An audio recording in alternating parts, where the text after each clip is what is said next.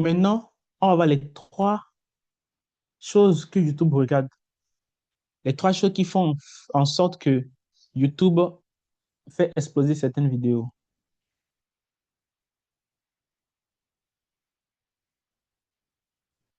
Ces trois points sont très importants et si vous ne les connaissiez pas avant, ça va beaucoup vous aider.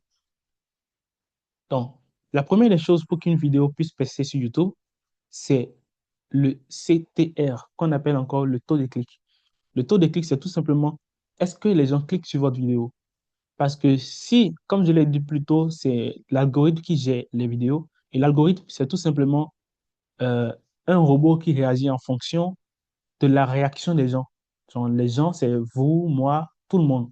Nous tous qui sommes sur YouTube, si je prends l'exemple de les 17 personnes qui sont dans ce bootcamp, si moi je poste une vidéo, l'algorithme va proposer ma vidéo à vous. Si une personne parmi vous clique sur la vidéo, dans le premier point là, le CTR, l'algorithme va se dire, OK, on a une personne qui est intéressée et il va continuer à proposer la vidéo aux 16 autres personnes. Maintenant, la première personne qui a cliqué sur ma vidéo, on a maintenant le deuxième point qui est la rétention, le temps de visionnage. Donc, est-ce que cette première personne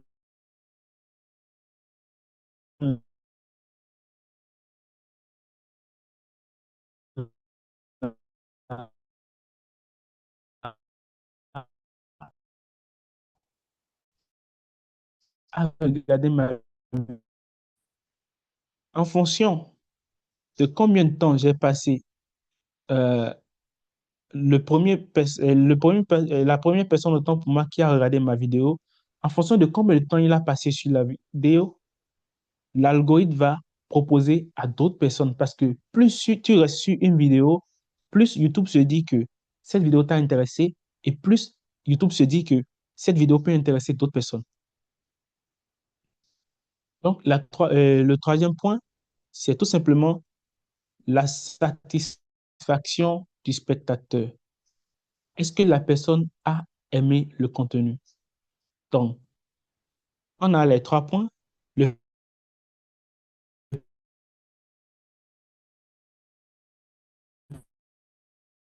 premier,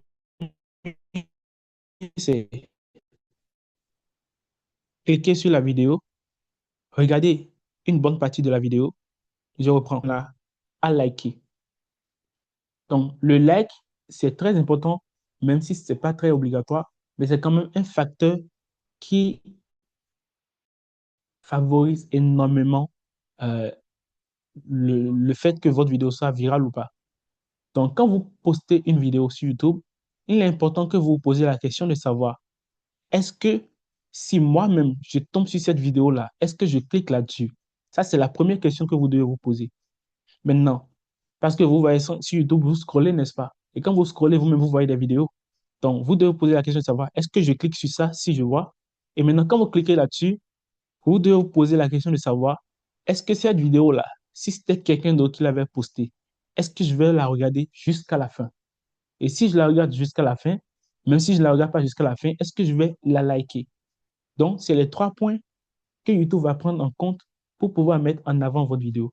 Donc, dans le cas où tout marche bien, c'est que vous postez votre vidéo, ça se présente très bien et quelqu'un clique là-dessus, la personne commence par voir les premières secondes, la personne aime la vidéo directement, il appuie le bouton like ou tout simplement, on a une méthode pour amener les gens quand même à liker. C'est peut-être vous l'avez déjà vu, mais c'est une astuce qui marche quand même très bien.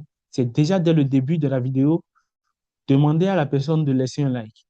Donc, cela aide beaucoup l'algorithme. Vous avez peut-être remarqué cela, mais il y a beaucoup de personnes, il y a beaucoup de vidéos sur YouTube où, avant de commencer, on dit, avant de commencer, laisse un like, parati parata, abonne-toi et tout. Donc, c'est le genre de choses, en fait, qui aident vraiment l'algorithme. Donc, la personne ne l'a pas liké, en fait, la vidéo parce qu'il a vraiment aimé, parce que la personne n'a même pas encore regardé. Mais la personne like tout simplement parce que vous lui demandez de liker. Donc, c'est tout con, hein, tout banal, mais ça marche vraiment énormément. Moi, je l'ai essayé pendant longtemps et c'est vraiment un game changer parce que une vidéo dans laquelle tu demandes au spectateur de liker obtient plus de likes qu'une vidéo qui ne demande pas de liker. Parce que il y a des gens en fait, qui aiment même des vidéos qui n'appuient pas le bouton like. Il y a plein de vidéos que moi j'ai aimées, que j'ai partagées même, mais je n'ai pas cliqué sur le bouton like. Pas parce que j'ai pas envie de cliquer, mais tout simplement parce que je n'ai pas pensé à ça.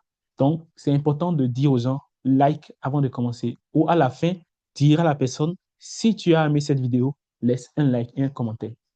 Donc, tout à l'heure, je parlais de la satisfaction, euh, qui est le dernier point. Le troisième point, est-ce que les gens ont aimé la vidéo? Donc, j'ai dit c'est le like, mais il y a aussi le commentaire. Le commentaire, c'est tout simplement quand la personne réagit dans la zone des commentaires aussi, c'est le relié à la satisfaction.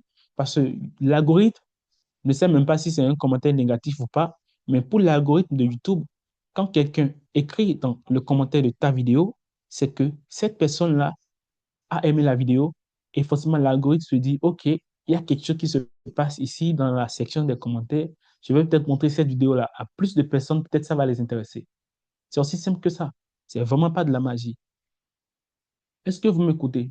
Donc, réagissez dans le chat et je vais vous dire quelque chose qui est très important. Réagissez dans le chat. Est-ce que tout le monde me reçoit?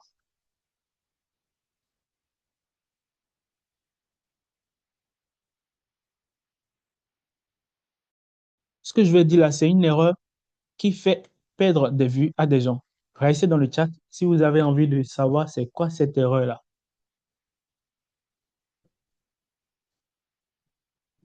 Il y a une erreur que beaucoup de personnes font quand ils postent les vidéos qui fait en sorte que la vidéo n'est pas propulsée. Et pour vous le dire, peut-être vous faites aussi cette erreur, hein, mais avant de le dire, je veux des réactions dans le chat parce que là, j'ai l'impression que ça dort un peu quand même.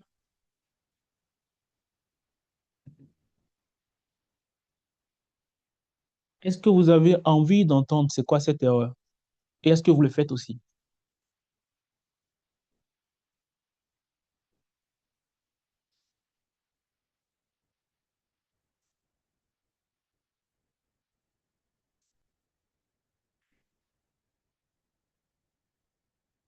Tout le monde est prêt?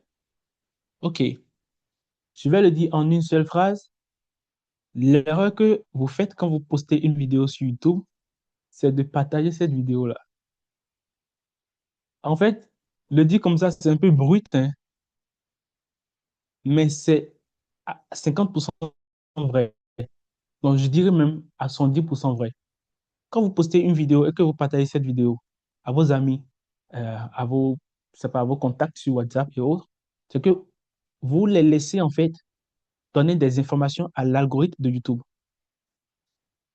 Et d'après tout ce que je viens de dire, les laisser donner des informations à l'algorithme de YouTube par rapport à votre vidéo, c'est un peu comme si vous leur confiez euh, le rôle de dire à l'algorithme de YouTube ce qu'il pense de la vidéo.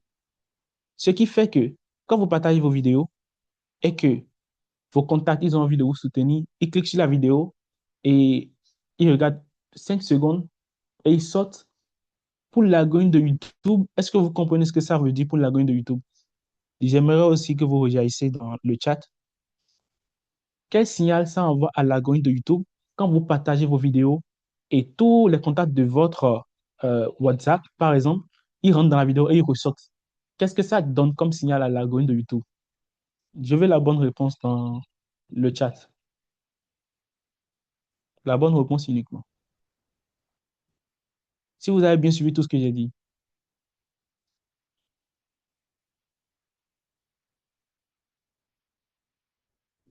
Merci à Cardi qui a donné la réponse exacte. Voilà. Manque d'intérêt. Ce qui veut dire que quand vous partagez votre vidéo à vos proches et qu'ils rentrent dans la vidéo et ressortent, l'algorithme YouTube se dit que cette vidéo n'a pas intéressé la personne. Vous voyez, ce qui veut dire que plutôt que de laisser l'algorithme décider de à qui il va montrer la vidéo, vous vous confiez directement la vidéo à quelqu'un qui décide en fait à la place de l'algorithme ce qu'il pense de la vidéo. Donc, l'algorithme YouTube se dit directement que, OK, telle personne a regardé, ou même peut-être 15 personnes ont regardé et ne sont pas intéressées. Donc, il commence par proposer votre vidéo à moins de personnes. Et c'est un truc qui est plutôt assez bizarre parce que on se dit, on part d'une bonne intention, on partage la vidéo, les gens vont aimer et ça va propulser. Mais vous allez remarquer que généralement, quand vous le faites, parfois les vues n'augmentent pas plus que ceux à qui vous avez partagé. Genre, si vous avez partagé la vidéo à 15 personnes, c'est un peu comme si les vues dépassent peut-être 16, ça part à 20, mais ça ne dépasse plus vraiment. Ce qui veut dire que l'algorithme s'est dit 15 personnes ont regardé la vidéo et ça ne les a pas intéressés. Bien sûr, vous pouvez partager aux gens, mais il est important quand même de les préciser de regarder la vidéo au moins une bonne partie. Si ces personnes regardent la vidéo une bonne partie, c'est qu'au contraire, ils donnent la force à votre vidéo et l'algorithme se dit, des gens regardent cette vidéo-là, je vais proposer la vidéo à beaucoup plus de personnes. Pareil, quand vous partagez votre vidéo, il est important de leur demander de liker. Cela peut beaucoup aider, même s'ils ne regardent pas la vidéo jusqu'à la fin. S'ils like et qu'ils laissent des commentaires, ça peut aider la vidéo. Maintenant, deuxième problème qu'on peut avoir en partageant les vidéos, est-ce que vous êtes prêts à entendre ce deuxième problème-là? Réagissez encore dans le chat.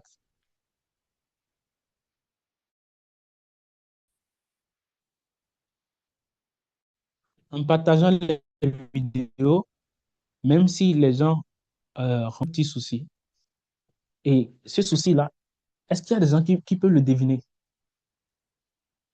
Enfin, je vois quand même qu'on a des gens très intelligents ici ce soir. Est-ce qu'il y a des gens qui peuvent deviner c'est quoi ce problème-là qu'on peut avoir? Si vous ne le trouvez pas, c'est pas grave. Pour vous donner un indice, c'est lié aux abonnés.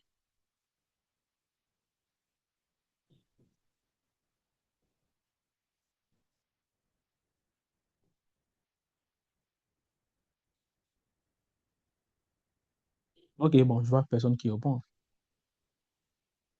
Le deuxième problème qu'on peut avoir en partageant nos vidéos, c'est tout simplement partager à la mauvaise personne. Parce que comme je l'ai dit tout à l'heure, quand YouTube propose ta vidéo par elle-même, YouTube même décidé de, je montre cette vidéo à quelqu'un, quand quelqu'un clique sur la vidéo, il n'y a personne qui lui demande de cliquer sur la vidéo. La personne a cliqué sur la vidéo parce qu'elle est intéressée par la vidéo. Je donne un exemple. Je crée une chaîne YouTube sur comment planter des arbres. Je partage à mes contacts, ils ont vu, ils ont liké, ils se sont même abonnés. Cela peut être bien pour cette vidéo-là, mais cela est trompeur pour l'algorithme de YouTube. Vous voyez un peu? Parce que ces personnes-là, ils se sont abonnés, ils ont liké la vidéo parce que je leur ai demandé cela. Maintenant, la différence entre ça et quelqu'un qui clique sur la vidéo juste parce que cette personne est intéressée par ma vidéo, la différence c'est que l'autre est intéressé, c'est pour ça qu'il a cliqué, l'autre a regardé parce qu'on lui a dit de regarder. Quelles conséquences cela a sur ma vidéo et sur mes chaînes? C'est tout simplement que prochainement, quand je vais poster une vidéo, YouTube ne saura pas à qui proposer la vidéo. Est-ce que vous comprenez un peu? Avant que je ne détaille cela, est-ce que vous comprenez un peu? Dans le chat, soyez très actifs. Est-ce que vous comprenez ce que cela veut dire? Je prends ma vidéo de jardinage, je partage à mes proches, ils ont regardé, ils ont liké, comment planter des arbres, ils ont regardé, ils ont liké. Quelle information cela peut donner à YouTube? C'est tout simplement que ces personnes-là ont regardé la vidéo, certes, mais ce pas des gens qui sont intéressés par le jardinage. Vous voyez un peu, ce qui fait que YouTube ne sait pas vraiment à qui proposer la vidéo prochainement. Il va essayer de proposer cette vidéo à ce même profil de personnes. Parce que tous autant que nous sommes, YouTube sait ce qu'on aime sur YouTube. Il sait ce qu'on a l'habitude de regarder. Ce qui fait que quand tu fais une vidéo sur comment planter un arbre et que tu laisses les gens cliquer sur cette vidéo-là, YouTube sait que cette personne, si la personne s'appelle par exemple Jean, YouTube sait que Jean a l'habitude de regarder tel genre de vidéo sur la plateforme et Jean a aimé cette vidéo de jardinage. Ce qui fait que YouTube va proposer maintenant ma vidéo de jardinage à tous ceux qui ont le profil de Jean. Peut-être que Jean a toujours l'habitude de regarder les vidéos où les gens plantent des arbres. Maintenant, YouTube va proposer ma vidéo à toutes les personnes qui regardent des vidéos où on plante des arbres. Et cela marche uniquement quand tu laisses l'algorithme décider de qui a regardé la vidéo, qui clique sur la vidéo. Donc, quand l'algorithme propose lui-même les vidéos aux gens, il arrive à récolter les informations et il sait désormais à qui il va proposer les vidéos. Mais quand tu postes ta vidéo et en même temps tu la partages à ton audience, c'est des gens qui vont regarder la vidéo, certes, mais ces personnes-là ne vont pas revenir parce qu'ils ne sont pas intéressés par planter des arbres. Et s'ils ne sont pas intéressés par cela, mais ils se sont abonnés, l'algorithme de YouTube est confus parce qu'il se dit, ces personnes-là ont regardé les vidéos, ils sont abonnés, mais ils ne continuent pas de regarder les prochaines vidéos. Donc, il se dit que cette chaîne-ci ne propose pas de bonnes vidéos. Donc, vous voyez un peu l'algorithme, comment l'algorithme réfléchit. C'est vraiment une question de logique, en fait. Donc, partager votre vidéo, c'est bien. Mais quand vous postez votre vidéo en même temps que vous la partagez, ça donne des informations un peu bizarres à l'algorithme. Bien sûr, la vidéo peut toujours performer après. Ça peut être peut-être une vidéo, je ne sais pas, je sais pas, sur le foot, par exemple, vous partagez à votre audience. Bingo, ça va parce que peut-être votre audience aime le football. Donc, ça peut donner des bonnes informations à YouTube. Là, comme ça, quand il va proposer cette vidéo à des gens comme votre audience, ça sera toujours des gens qui aiment le football. Mais si votre audience est des gens qui n'aiment pas forcément ce que vous leur avez envoyé, YouTube aura du mal après à comprendre pourquoi ces personnes-là ne reviennent pas à chaque fois pour regarder vos vidéos.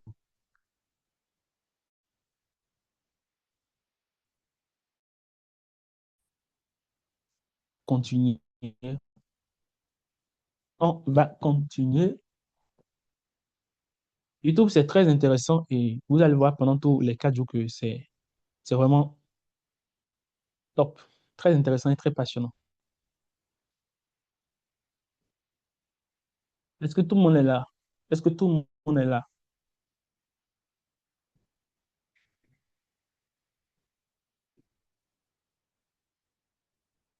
Tout le monde est là. Réagissez dans le chat. C'est les mêmes personnes qui réagissent.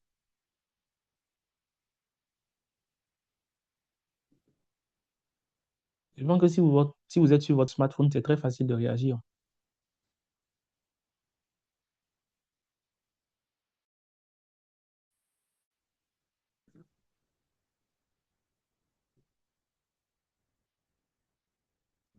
Je veux beaucoup plus de réactions avant de continuer.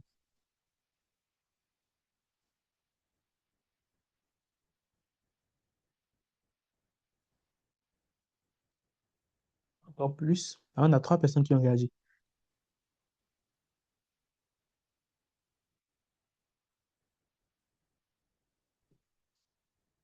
OK, on continue. Donc maintenant, on a vu un peu comment l'algorithme de YouTube réfléchit. Et ça, c'est quelque chose de très important à comprendre avant de même vouloir se lancer sur YouTube. Il est important de comprendre là où je vais poster mes vidéos, comment ces vidéos-là seront traitées. Si tu ne comprends pas cela, tu vas tout mélanger, tu vas faire du n'importe quoi. Donc, la suite, quand vous respectez ces 3 points-là, notamment, comme je viens de le dire, c'est YouTube va recommander vos vidéos davantage, davantage, davantage. Maintenant, tu peux respecter tous ces points-là et malgré cela, tu peux avoir des complications à avoir des abonnés et des vues. Tout simplement, pourquoi? Parce que peut-être tu aurais choisi la mauvaise niche. La mauvaise niche, c'est quoi? C'est quoi d'abord une niche? Est-ce que quelqu'un sait ce que c'est qu'une niche? La personne peut le dire dans le commentaire, dans le chat, autant pour moi.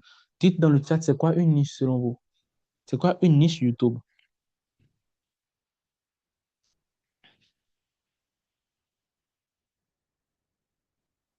Alors, la personne a une idée de ce que c'est qu'une niche?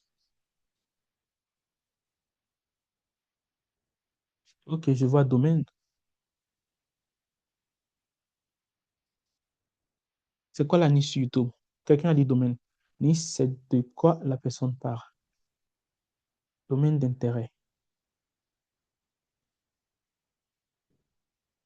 Ok, c'est bien ça. Je pense que c'est que les bonnes réponses. La niche, c'est bel et bien de quoi on parle, genre de quel sujet on parle et dans quel domaine on est. C'est bien ça, une niche.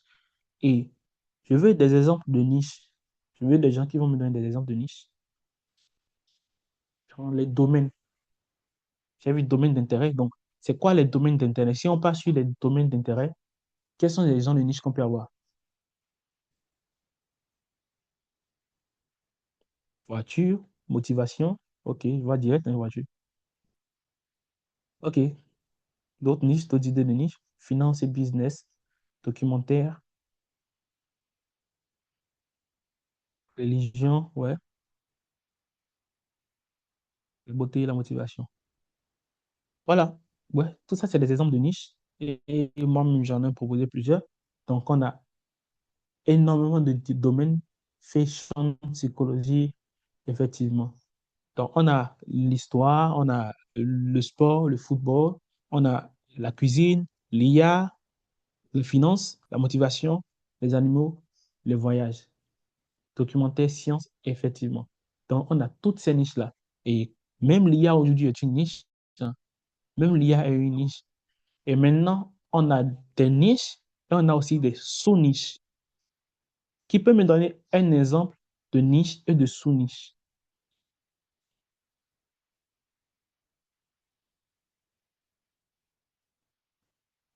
La niche, c'est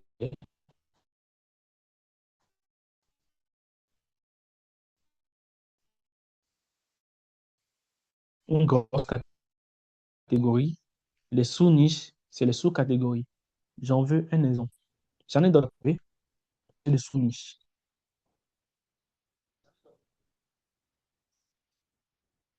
Je veux un exemple de niche et de sous-niche.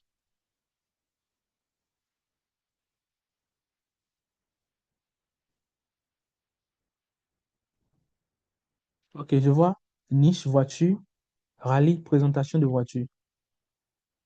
Je n'ai pas très bien compris. Psychologie, en parenthèse, motivation, bien-être. Ouais, ouais. Exemple de niche, par exemple, on peut avoir le sport et en sous-niche, on peut avoir le foot, le basket, le handball ou le football américain. En termes de niche, on peut avoir tout simplement, je sais pas, euh, les animaux. Et en sous-niche, on peut avoir une niche uniquement sur les chats, ou sur les chiens, sur les chevaux, ou sur les poulets, je sais pas trop. Donc, voilà un peu les niches et les sous-niches. On peut avoir niche histoire, mais en sous-niche, on a l'histoire de l'Afrique, l'histoire des États-Unis, l'histoire de la première guerre, des guerres, tout simplement, ou l'histoire des royautés.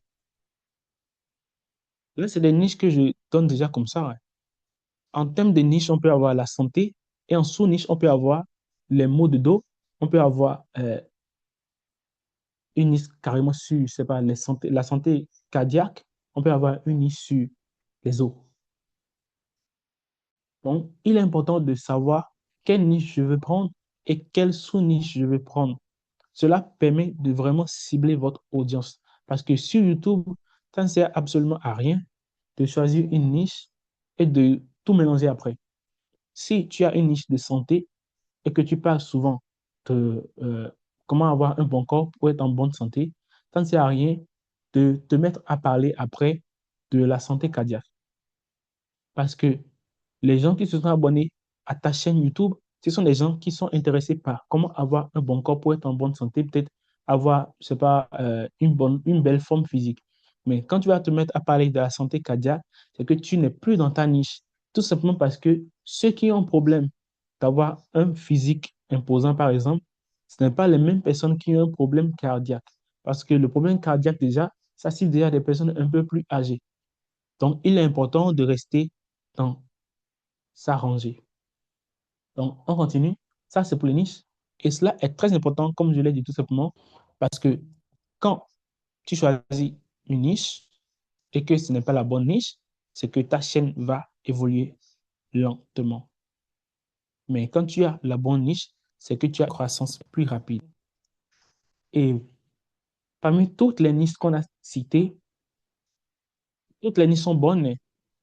Maintenant, le souci, en fait, c'est que tu peux bel et bien être dans une niche bien catégorisée, mais quand même avoir une progression lente. Tout simplement parce que ta niche cible un groupe de personnes très peu. Par exemple, je prends quelqu'un qui a une niche sur comment planter des ananas. C'est une belle niche, c'est beau. Il aime les ananas peut-être, mais c'est pas un truc qui intéresse vraiment énormément de personnes. Donc, il serait quand même plus intelligent de se positionner sur des niches qui intéressent une plus grande audience afin de pouvoir avoir une chaîne qui évolue beaucoup plus vite. Vous voyez un peu? Donc, c'est important. Par exemple, c'est un peu comme si ton travail, c'est pas défendre tout ce qui se passe dans les fonds marins et tu crées une chaîne YouTube sur comment euh, sensibiliser les gens ou comment défendre tout ce qui se fait dans les fonds marins, ça peut ne pas intéresser beaucoup de personnes, à moins que tu repositionnes ta niche. Donc, il est important, même dans le choix de niche, de se positionner dans une niche. Bien sûr, on peut prendre ce qu'on aime, mais c'est important aussi de penser à est-ce que beaucoup de personnes aiment cela? Donc, plus il y a de gens et de personnes qui aiment ta niche, plus tu fais de vues ou plus ta chaîne grimpe très vite. Donc, on peut se poser la question de savoir ce que je fais, est-ce que je l'aime moi-même? C'est important, c'est une question importante à se poser, mais il faut aussi se poser la question après cela, est-ce que les autres aussi vont aimer ce que je fais? Donc, il n'y a que comme ça que tu puisses toucher beaucoup plus de personnes. Donc, il y a des niches qui touchent beaucoup plus de personnes, hein, et on a l'impression parfois que ces niches-là sont déjà trop populaires. Mais dans beaucoup de niches très populaires, il y a toujours une possibilité de se faire une place là-dedans. Donc, voilà, on continue. Donc, tout à l'heure, j'ai parlé de pourquoi la niche est importante, comment YouTube fait pour propulser une vidéo et qui se rappelle du premier point dont j'ai parlé ou qui peut carrément me rappeler les trois points. Ouais. Là, je vois ceux qui suivent. Est-ce que quelqu'un peut rappeler les trois points dans le chat? On a donné trois raisons pour lesquelles YouTube peut propulser une vidéo. Même si les trois points ne viennent pas d'une personne, je vais quand même voir les trois points dans le chat.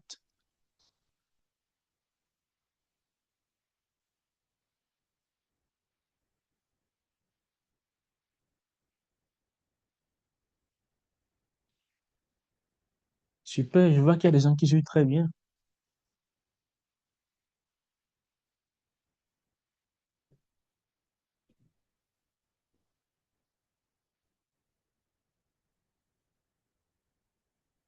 D'autres personnes, il y a des personnes qui ont... Ok, ok, je vois. Ah, c'est ça, c'est bien. Je vois qu'il y a des gens qui suivent. Ok, je vois d'autres des gens qui réagissent maintenant, mais qui ne réagissaient pas. Ça montre qu'il y a des gens qui ne réagissent pas, mais qui suivent quand même.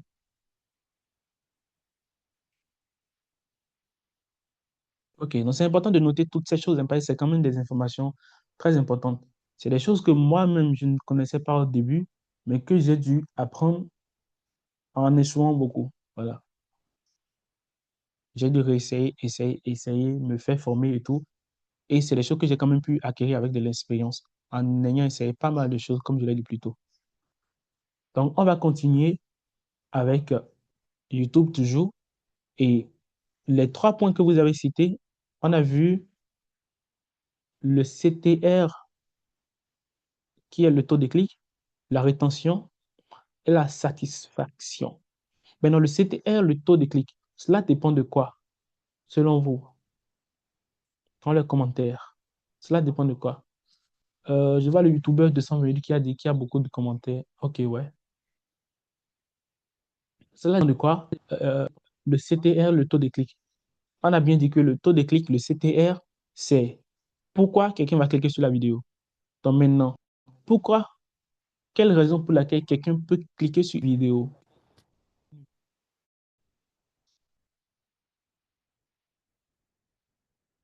Voilà, je vois l'image de la vidéo, je vois le thumbnail, je vois la miniature. Ok, je vois le titre, je vois le watch time. Non, pas ça. Ok. On a tout ce dont on a besoin là déjà dans les commentaires. Donc effectivement, c'est la miniature et le titre.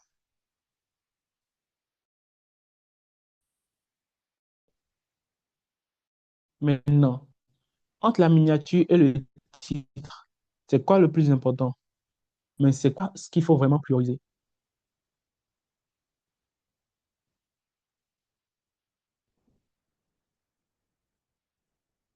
Entre la miniature et le titre.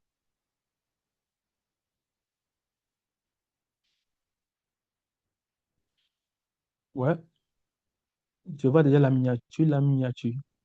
Eh oui, c'est bien ça, c'est la bonne réponse. Ce qu'il faut prioriser, c'est la miniature. Parce que le titre est très important aussi. Mais ce qu'il faut savoir que YouTube, sur tous les appareils, ne s'affiche pas de la même manière. Je ne sais pas si vous l'avez remarqué, mais sur le smartphone, sur la tablette, sur l'ordinateur ou sur la télévision, YouTube ne s'affiche pas de la même manière. Et même dans comment on appelle, les suggestions, l'affichage n'est pas pareil. Donc, quand vous postez votre vidéo, il est important de beaucoup miser sur la miniature, bien sûr sur le titre aussi, hein. Tout simplement parce que il y a des, en fait, il y a des interfaces sur lesquelles on ne voit pas le titre de la vidéo. Vous comprenez un peu ce que je veux dire par là? Parfois, dans les suggestions, on ne voit pas le titre de la vidéo, on voit uniquement la miniature. Donc, la personne ne verra que la miniature. Donc, si c'est que tu as misé uniquement sur ton titre, la personne ne pourra pas lire le titre. Donc, il est important de miser beaucoup sur la miniature. Et c'est ça qui augmente le taux de clics. Maintenant, on sait que c'est la miniature qui augmente le taux de clics. On sait qu'il faut que la miniature intéresse la personne. Mais maintenant, comment alors faire une miniature qui intéresse les gens? Ou je reformule, une miniature qui intéresse les gens, quels sont les points que cette miniature-là doit remplir?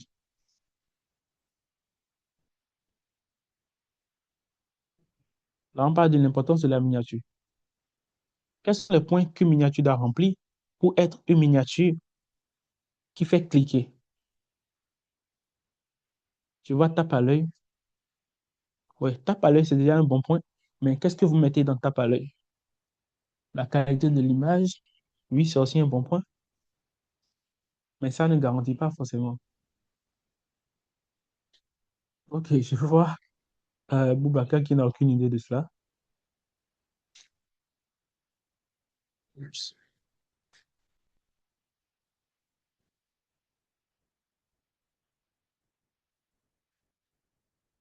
Ok, donc je vois la qualité de l'image, je vois tape à l'œil. J'aimerais bien que Gardi nous dise ce qu'il met dans tape à l'œil. Parce que moi, ça m'intéresse bien.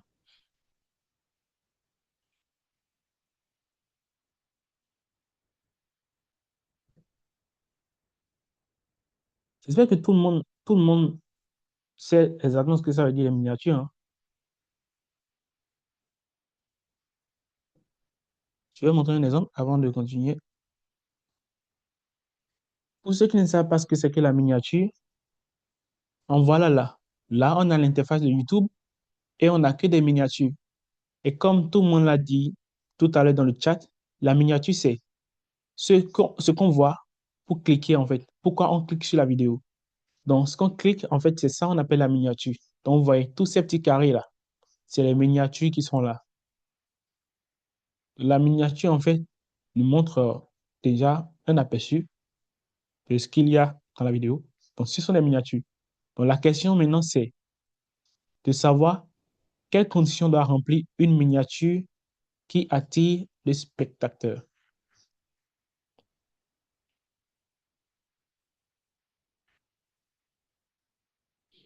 Je laisse ces miniatures-là affichées actuellement pour vous donner un peu une idée de ce qu'une miniature doit remplir comme condition.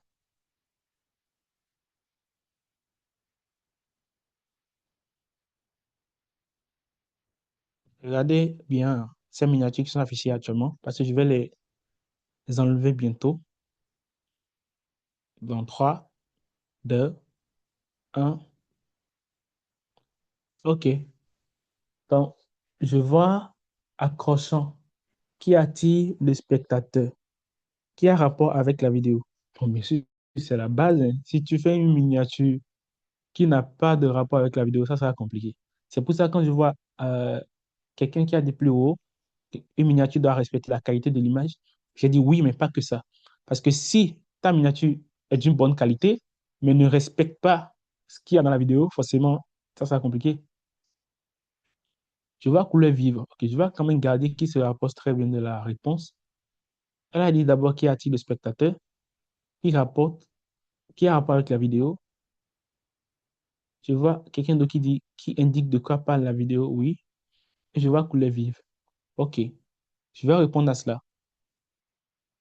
Une bonne miniature, c'est quasiment 90% du clic. C'est écrit 80, mais moi je dis carrément 90. Parce que, comme je l'ai dit tout à l'heure, quand les gens voient la miniature, ils cliquent là-dessus, cela donne un signal quand même très fort à l'algorithme de YouTube. Et pourquoi les gens cliquent sur la miniature? On a dit il faut que la miniature attire l'attention. Et pour qu'une miniature attire l'attention, elle doit premièrement attirer l'œil, comme quelqu'un l'a dit tout à l'heure dans le chat, elle doit donner l'envie. Donc, pour qu'elle attire l'œil d'abord, il faut que la miniature ait une couleur vive et un contraste fort. La couleur vive, le contraste fort. Retenez cela parce que je vais le dire, je vais vous montrer cela tout à l'heure pour que vous allez toujours voir ça à chaque fois. Donc, on a couleur vive, contraste fort, donner envie. Il faut que la miniature donne envie. Donc, il faut que votre miniature suscite une émotion ou un mystère ou un questionnement. Tout simplement, il faut qu'elle donne envie. Donc, la miniature donne envie, c'est que la personne a envie de regarder la vidéo. Ensuite, il faut que votre miniature fasse comprendre le sujet instantanément. Qu'on puisse comprendre déjà de quoi il s'agit dans la vidéo, même avant de regarder la vidéo. Donc, voilà les 3 points que la miniature doit remplir. Attirer l'œil, donner envie et faire comprendre le sujet. Et pour cela, c'est simple. On va voir les exemples de miniatures que j'ai montré tout à l'heure. Est-ce que ces miniatures-là remplissent les 3 points? On va voir cela ensemble. Premièrement, on a couleur vive et contraste fort. Vous allez voir que toutes les miniatures qui sont là affichées actuellement, il y a au moins une couleur qui est vive là-dessus. Vous ne le saviez peut-être pas, mais la plupart des miniatures qui attirent l'attention ont la couleur soit bleue ou la couleur rouge là-dessus. Et cela, c'est fait exprès pour jouer sur notre psychologie, en fait. Donc, vous allez voir que ici, sur la première miniature, on a déjà le logo de Short qui est en rouge. On a ici des gens qui ont un McDo en main, qui sont habillés en t-shirt rouge. On a ici, ceci c'est un clip musical, donc ça ne compte pas. C'est juste un clip. Elle ne poste pas les vidéos pour faire ce truc-là. Donc, ici, maintenant, on a celui-ci qui est en face d'un robot qui est en pullover rouge. En bas, on a celui qui est devant, qui est en t-shirt rouge. Ici, il est habillé en bleu et il est sur un bouée, je pense, rouge. À gauche, ici, on a un lion. On a un t-shirt vert, une chemise verte. Ici, on a une voiture rouge. Et ici, encore, on a encore du rouge. Donc, comme vous pouvez le voir, on a des couleurs vives à chaque fois. Et il n'y a pas vraiment mieux que le rouge pour attirer l'attention. C'est des petits détails, mais qui font énormément la différence. Donc, on a des couleurs vives et contraste fort. Le contraste, en fait, ça peut être aussi joué au niveau de la couleur. Genre, le contraste, c'est un peu comme une différence brusque. Ça peut être soit on voit du noir et du blanc, ou soit on voit carrément du bleu et du rouge. Là, on voit, genre, les yeux perçoivent directement une différence de couleur. Ou le contraste peut être aussi au niveau même des sujets de la photo, de la miniature. Donc, un contraste fort, par exemple, on peut donner un exemple ici, un lion et un humain. Ça saute à l'œil immédiatement. Donc, ça crée un contraste direct. On se dit, que fait un lion avec un humain côte à côte comme cela? Et on a aussi finalement que la miniature donne envie. Forcément, cette miniature donne envie, hein. Je ne sais pas pour vous, mais quand je vois un humain et un lion comme ça, forcément, j'ai envie de cliquer là-dessus et de voir ce qui se passe. Quand je vois un guépard avec un humain, forcément, j'ai envie de savoir ce que ça veut dire, en fait. Et ensuite, on a dit que la miniature doit faire comprendre le sujet instantanément. Honnêtement, quand vous voyez cette photo-là, le guépard et l'humain dans la voiture, est-ce que vous ne comprenez pas directement de quoi il s'agit? En même temps, on voit un guépard, on sait que le guépard, c'est l'animal le plus rapide, et on voit l'homme qui est dans une voiture de course. Donc, même sans le titre, on sait directement que c'est une course entre la personne et le guépard. Voilà, je vois déjà quelqu'un qui a dit une course dans les commentaires. Donc, vous voyez, ce genre de miniature-là, forcément, ça fait des millions de vues. Et cette vidéo-là a fait des centaines de millions de vues. Pour ceux qui ne le connaissent pas, c'est celui qui a, c'est MrBeast, qui est réputé pour faire de très belles miniatures quand même, et qui est la personne, le YouTuber avec le plus d'abonnés actuellement sur YouTube. Toutes les chaînes confondues, Il a plus de 400 millions d'abonnés, bientôt les 500 millions d'abonnés, qui est un record quand même très, très, très élevé parce que même la deuxième personne qui a le plus d'abonnés sur YouTube n'atteint même pas les 300 millions. Donc, voilà un exemple parfait de miniature qui remplit euh, contraste, couleurs vives, et susciter l'émotion et fait comprendre directement ce dont il s'agit. Donc, voilà pour les miniatures. Au moins, à partir d'aujourd'hui, je pense que vous pouvez savoir déjà comment ça se passe avec les miniatures et savoir comment faire pour pouvoir faire une miniature qui attire les gens. Donc,